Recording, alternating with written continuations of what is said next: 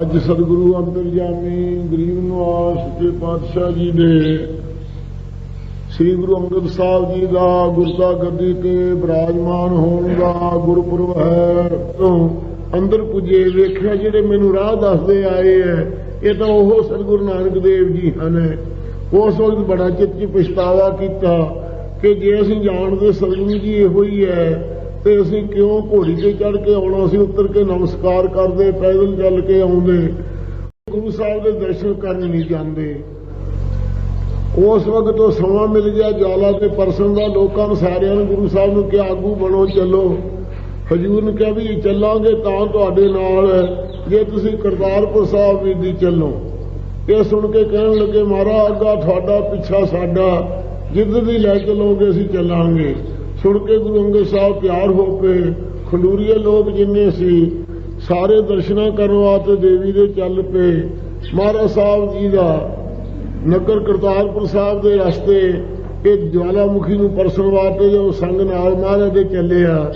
इत्थे सतगुरु नानक देव महाराज साहब समझिया कि साडी गद्दी दे मालिक हुण गुरु अंगद साहब जी जिन्हां नाम लैना है वो आ रहे हैं। उस वक्त महाराज साहब जी के दर्शन करने वास्ते एक करतारपुर नगर सुन के पूछा भी गुरु नानक साहब इत्थे ही रहिंदे। लोगों ने कहा हाँ जिन्हों के तुसीं जिक्र करते रहे दर्शनों के उन्होंने पूरी वसाई है करतारपुर साहब में ही रहिंदे हैं। ये सुन करके महाराज साहब जी तैयार होकर संग नूं कहा कि तुसीं इत्थे ठहरो मैं दर्शन कर आवां। जब दर्शन करने वास्ते निहारे हुए संग तो सतगुरु नानक देव सच्चे पातशाह अगों ही आ मिले कि साडे गद्दी दे मालक आ रहे हैं। आप जी ने गुरु साहब जी का स्थान पूछया। महाराज ने कहा साडे पीछे पीछे लगे चले आओ। आप घोड़ी ते चढ़े उसी प्रकार चले जा रहे हैं। जदों धर्मशाला के पास पहुंच गए श्री करतारपुर रावी के किनारे तो उस थां महाराज साहब जी ने कहा इत्थे खुंड नाल घोड़ी बन दिओ ते बड़ा दरवाजा वो जो दिस रहा है उस रास्ते लंघ के गुरु नानक साहब जी तुसीं दर्शन कर लो। इउं कह के महाराज आप छोटी दरीची थानी दरबार के अंदर जा रहे करतारपुर साहब में जा निवास किया। उस गुरु अंगद साहब जी घोड़ी बन के जदों उस वेले महाराज साहब ने कहा पुरखा चिंता ना कर फिक्र ना कर। उस वेले महाराज साहब जी ने कहा कि तेरा नाम की है। आपने कहा जी मेरा नाम लैना। महाराज ने कहा चंगा तुसीं रहना तो असीं देना। ये वाक उस वेले करते सच्चे पातशाह जी ने। फिर सच्चे पातशाह जी के चरणों में ही वो देवी के चाले वाले खडूरियां नूं कहा भी तुसीं जाओ ज्वालामुखी, असीं तां हुण इत्थे ही रह पे। ये कहण लगे तुहानूं की नज़ारा दस्सिया, कहंदे आओ तुहानूं दिखाईए। भाई मनी सिंह साहब जी ने लिखिया जन्म साखी जी भाई गुरदास दी वार च कहण लगे उस वेले जदों आए खडूरियां नूं सारिਆਂ नूं लै के ज्वालामुखी देवी सोहणे वस्त्र पाए रेशमी ते गुरु नानक साहब दरबार अगे झाड़ू दे रही है। जिस वेले झाड़ू दिंदी वेखी पूछा है बीबी तू कौन है? क्या मैं ज्वालामुखी है जिन्हों परसन वास्ते सारा खंडूरियां का संग ते तुसीं आगू बन के चले हो। उस वेले गुरु नानक साहब जी के दर अगे कहता भाई देखो जिन्हें दर्ज देवी झाड़ू दिंदी है असीं वो दरबार छड्ड के कित्थे जाना है। सुन के खंडूरियां ने कहा इस तो एक बारी जाना परसना है। चंगा कहते तुसीं परसो तुहानूं राम राम है साडी कि फिर इधर दी आयो। फिर ज्वालामुखी परस के जदों आए गुरु नानक साहब के चरनी पा के इन्हां सारियां लोकां दे ताईं सिੱਖੀ बख्शाई सी खंडूरियां नूं। उस वेले गुरु नानक साहब सच्चे पातशाह जी ने ये सिख बनाए सन।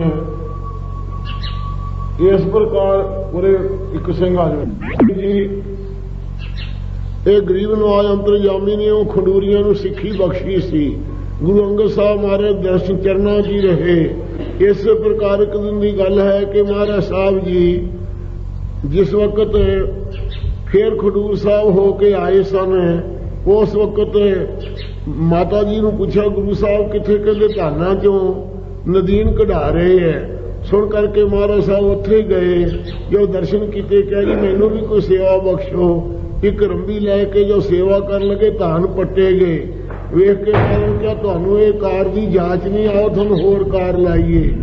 आप जी के ताई उस वक्त जो चिकड़ का भरिया होया सार संगत जी घाह सी ओदी पंड बन के आपके सिर ते चकाती ਤੇ ਸੁੰਦਰ ਵਸਤਰ ਆਪਦੇ ਰੇਸ਼ਮੀ ਪਹਿਰੇ ਹੋਏ ਸਨ। ਮਸਤੀ ਦੇ ਵਿੱਚ ਮਹਾਰਾਜ ਦੇ ਮਗਰ ਮਗਰ ਆ ਰਹੇ ਹੈ।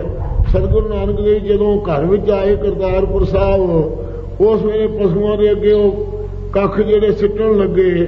ਮਾਤਾ ਸੁਲੱਖਣੀ ਜੀ ਨੂੰ ਵੇਖ ਕੇ ਕਿਹਾ, ਮਹਾਰਾਜ ਤੁਸੀਂ ਬੜੇ ਬੇਪਰਵਾਹ ਹੋ, ਵੇਖੋ ਸਿੱਖ ਨਵਾਂ ਆਇਆ ਤੇ ਚੰਗੇ ਵਸਤਰ ਹੈ, ਇਹਨੂੰ ਚਿੱਕੜ ਦਾ ਭਾਰ ਸਿਰ ਦੇ ਉੱਤੇ, ਇਹਦੇ ਮਹਾਰਾਜ ਘਾਹ ਦਾ ਚਕਾਤਾ ਹੈ ਤੇ ਇਹਦੇ ਉੱਤੇ ਛਿੱਟੇ ਵੇਖੋ ਗਾਰੇ ਦੇ ਪੈ ਗਏ ਹੈ।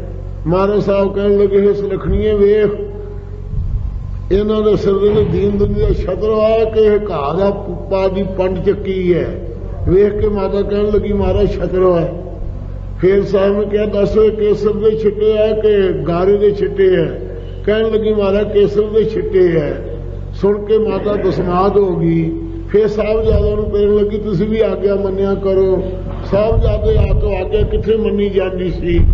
ਇਸ ਪ੍ਰਕਾਰ ਸਾਧ ਸੰਗਤ ਜੀ ਗੁਰੂ ਸਾਹਿਬ ਜੀ ਨੇ ਬੜੀ ਪਰਖ ਕੀਤੀ, ਸਿੱਖੀ ਦੀ ਪਰਖ ਕਰਕੇ। ਆ ਪਿੱਛੇ ਬੂਹਾ ਉਡਾ ਦੇ, ਮਾਰੇ ਪੱਤਰੇ ਉੱਡਦੇ ਹੈ। ਸੰਗਤ ਜੀ ਅਖੀਰ ਪਰਖ ਤੋਂ ਬਾਅਦ ਖੇਤੀ ਕਰਾਉਣ ਦੀ ਪਰਖ ਕੀਤੀ, ਸਭ ਪਰਖਾਂ ਕੀਤੀਆਂ। ਸਿੱਖ ਸੰਗਤਾਂ ਬਹੁਤ ਸਾਰੇ ਚਲੇ ਗਏ, ਥੋੜੇ ਜਿਹੇ ਸਿੱਖ ਰਹਿ ਗਏ। ਫਿਰ ਮਹਾਰਾਜ ਸਾਹਿਬ ਜੀ ਨੇ ਪੈਸੇ ਦਿਖਾਤੇ, ਪੈਸੇ ਦੇਖ ਕਰਕੇ ਪੰਡਾ ਮੰਨ ਕੇ ਲੈ ਜੋ ਲੈ ਗਏ। ਫਿਰ ਰੁਪਏ ਵਿਖਾਏ, ਰੁਪਿਆਂ ਦੀਆਂ ਪੰਡਾਂ ਕੋਈ ਬੰਨ ਲਿਆਏ। ਫਿਰ ਮੋਹਰਾਂ ਵਿਖਾਈਆਂ, ਮੋਹਰਾਂ ਦੀਆਂ ਪੰਡਾਂ ਬੰਨ ਕੇ ਸਾਰੇ ਚਲੇ ਆਏ। 4 ਸਿੱਖ ਰਹਿ ਗਏ ਉਸ ਵਕਤ। ਇੱਕ ਭਾਈ ਸਧਾਰਨ, ਇੱਕ ਭਾਈ ਭਗੀਰਥ, ਇੱਕ ਭਾਈ ਬੁੱਢਾ ਸਾਹਿਬ ਜੀ ਤੇ ਇੱਕ ਗੁਰੂ ਅੰਗਦ ਸਾਹਿਬ ਸੱਚੇ ਪਾਤਸ਼ਾਹ। ਜਦੋਂ ਇਹ ਚਾਰੇ ਰਹੇ, ਮਹਿਮਾ ਪ੍ਰਕਾਸ਼ 'ਚ ਪ੍ਰਸੰਗ ਲਿਖਿਆ ਹੋਇਆ ਹੈ। ਉਸ ਵਕਤ ਗੁਰੂ ਸਾਹਿਬ ਨੇ ਕਿਹਾ, ਤੁਸੀਂ ਕਿਉਂ ਸਾਡੇ ਮਗਰ ਆਉਨੇ ਹੋ? ਹਜੂਰ ਆਪਦੇ ਸਿੱਖ ਹੈ, ਮਾਰਨ ਕੁੱਟ ਕੇ 2-2 4-4 ਲਾਏ। ਇਸ ਤਰ੍ਹਾਂ ਸਿੱਖੀ ਪਹਿਲਾਂ ਪਰਖ ਕੇ ਭਜਾਤੀ ਸੀ। ਉਸ ਵੇਲੇ ਮਾਰਨ ਕਹਾ, ਜੇ ਤੁਸੀਂ ਸਾਡੇ ਸਿੱਖ ਹੋ ਤਾਂ ਦੱਸੋ ਤੁਸੀਂ ਆਗਿਆ ਮੰਨੋਗੇ? 7 ਵਚਨ ਮਹਾਰਾਜ ਭਾਈ ਬੁੱਢਾ ਸਾਹਿਬ ਜੀ ਨੇ ਲਿਖਿਆ, 6ਵੇਂ ਪਾਤਸ਼ਾਹ ਨੂੰ ਕਥਾ ਸੁਣਾਉਂਦੇ ਆ ਕਿ ਮਹਾਰਾਜ ਸਾਨੂੰ ਵੀ ਖਿਆਲ ਸੀ ਵੀ ਅਸੀਂ ਵੀ ਆਗਿਆ ਮੰਨਣ ਵਾਲੇ ਹਾਂ। ਜਦੋਂ ਸਤਿਗੁਰੂ ਜੀ ਨੇ ਇਹੋ ਜਿਹਾ ਕੌਤਕ ਦਿਖਾਇਆ ਕਿ ਉੱਥੇ ਮੁਰਦਾ ਪਿਆ ਹੈ ਸੀੜੀ ਦੇ ਉੱਤੇ ਤੇ ਉਹਦੇ ਉਦਾਰੇ ਬਾਲਣ ਪਿਆ ਹੈ, ਉਸ ਵਕਤ ਅਸੀਂ ਝਾੜੀਆਂ ਦੇ ਉਹਲੇ ਭਾਈ ਭਗੀਰਥ ਤੇ ਭਾਈ ਸਧਾਰਨ ਤੇ ਭਾਈ ਬੁੱਢਾ ਸਾਹਿਬ ਕਹਿੰਦੇ ਅਸੀਂ ਹੋ ਗਏ। ਗੁਰੂ ਅੰਗਦ ਸਾਹਿਬ ਉਸ ਵੇਲੇ ਮੁਰਦੇ ਦੇ ਦਾਰੇ ਫਿਰਨ ਲੱਗ ਗਏ। ਮਹਾਰਾਜ ਕਹਿਣ ਲੱਗੇ, ਕਿਉਂ ਫਿਰਦੇ ਹੋ? ਮਹਾਰਾਜ ਕੀ ਆ ਗਿਆ? ਕਹਿੰਦੇ, ਪੈਰਾਂ ਤੋਂ ਲਾ ਕੇ ਸਿਰ ਤੱਕ ਖਾਓ। ਇਹ ਜਦੋਂ ਆਗਿਆ ਕੀਤੀ, ਵਸਤਰ ਉਤਾਰਿਆ ਤੇ ਉਸ ਵੇਲੇ ਸਾਧ ਸੰਗਤ ਜੀ ਵਸਤਰ ਦੇ ਉਤਾਰਨ ਤੋਂ ਕੜਾਹ ਪ੍ਰਸ਼ਾਦ ਵੇਖਿਆ। ਸਾਰਾ ਕੜਾਹ ਪ੍ਰਸ਼ਾਦ ਵੇਖ ਕੇ ਇਹ ਸਾਰੀ ਖੇਲ ਭਾਈ ਬੁੱਢਾ ਸਾਹਿਬ ਜੀ ਕਹਿੰਦੇ ਉਸ ਵੇਲੇ ਸਮਾਪਤ ਕਰਤੀ ਗੁਰੂ ਸਾਹਿਬ ਨੇ। ਗੁਰੂ ਅੰਗਦ ਸਾਹਿਬ ਨੂੰ ਆਪਦੇ ਅੰਗਾਂ ਨਾਲ ਲਾ ਕੇ ਅੰਗਦ ਨਾਮ ਰੱਖਿਆ। ਇਸ ਪ੍ਰਕਾਰ ਸਾਧ ਸੰਗਤ ਜੀ ਸਿੱਖੀ ਨੂੰ ਪਰਖਿਆ ਸੀ ਸਤਿਗੁਰੂ ਨਾਨਕ ਦੇਵ ਜੀ ਨੇ। ਸਿੱਖੀ ਨੂੰ ਪਰਖ ਕੇ ਇਸ ਪ੍ਰਕਾਰ ਸ੍ਰੀ ਗੁਰੂ ਨਾਨਕ ਦੇਵ ਮਹਾਰਾਜ ਸਾਹਿਬ ਜੀ ਨੇ ਅੱਜ ਵਾਲੇ ਦਿਨ ਵਿੱਚ ਇਸੇ ਪ੍ਰਕਾਰ ਸਾਧ ਸੰਗਤ ਜੀ 5 ਦਿਨ ਆਪਦੇ ਜੋਤੀ ਜੋਤ ਸਮਾਉਣ ਤੋਂ ਪਹਿਲਾਂ ਸੱਚੇ ਪਾਤਸ਼ਾਹ ਜੀ ਨੂੰ 1596 ਬਿਕਰਮ ਵਿੱਚ ਅੱਸੂ ਬਦੀ ਪੰਚਵੀਂ ਵਾਲੇ ਦਿਨ ਸ੍ਰੀ ਗੁਰੂ ਅੰਗਦ ਸਾਹਿਬ ਜੀ ਨੂੰ ਗੁਰਤਾ ਗੱਦੀ ਤੇ ਸਥਾਪਨ ਕੀਤਾ। ਗੁਰਤਾ ਗੱਦੀ ਤੇ ਵਿਰਾਜਮਾਨ ਕਰਕੇ ਸੱਚੇ ਪਾਤਸ਼ਾਹ ਅੰਗਦ ਅਨੰਤ ਮੂਰਤ ਨੇ ਧਾਰੀ ਅਗਮ ਗਿਆਨ ਰਸ ਰਸਿਓ ਹੀਓ ਇਸ ਪ੍ਰਕਾਰ ਤਖਤ ਬਖਸ਼ਿਆ। ਆਪ ਜੀ ਨੂੰ ਗੁਰਮੁਖੀ ਅੱਖਰਾਂ ਦੇ ਜੋ ਗੁਰੂ ਨਾਨਕ ਸਾਹਿਬ ਨੇ ਬਣਾਏ ਹੋਏ ਸਨ ਪੱਟੀ ਲਿਖੀ ਤੇ ਉਹਨਾਂ ਦੇ ਰਾਹੀਂ ਜਨਮ ਸਾਖੀ ਲਿਖਾਉਣ ਦੀ ਸੇਵਾ ਭਾਈ ਬਾਲੇ ਦੇ ਪਾਸੋਂ ਵਿਚਰਾਈ ਤੇ ਭਾਈ ਪੈੜੇ ਮੁਖੇ ਦੇ ਪਾਸੋਂ ਲਿਖਾਈ। ਇਉਂ ਗੁਰਮੁਖੀ ਗੁਰੂ ਸਾਹਿਬ ਜੀ ਨੇ ਪ੍ਰਵਿਰਤ ਗੁਰੂ ਅੰਗਦ ਸਾਹਿਬ ਨੇ ਕੀਤੀ। ਇਸ ਪ੍ਰਕਾਰ ਸਾਧ ਸੰਗਤ ਜੀ ਗੁਰੂ ਅੰਗਦ ਸਾਹਿਬ ਸੱਚੇ ਪਾਤਸ਼ਾਹ ਨੇ ਜੈਸਾ ਅਜਰ ਜਰਿਆ ਹੈ ਕਿਸੇ ਨੂੰ ਜਰਨਾ ਨਹੀਂ ਹੈ।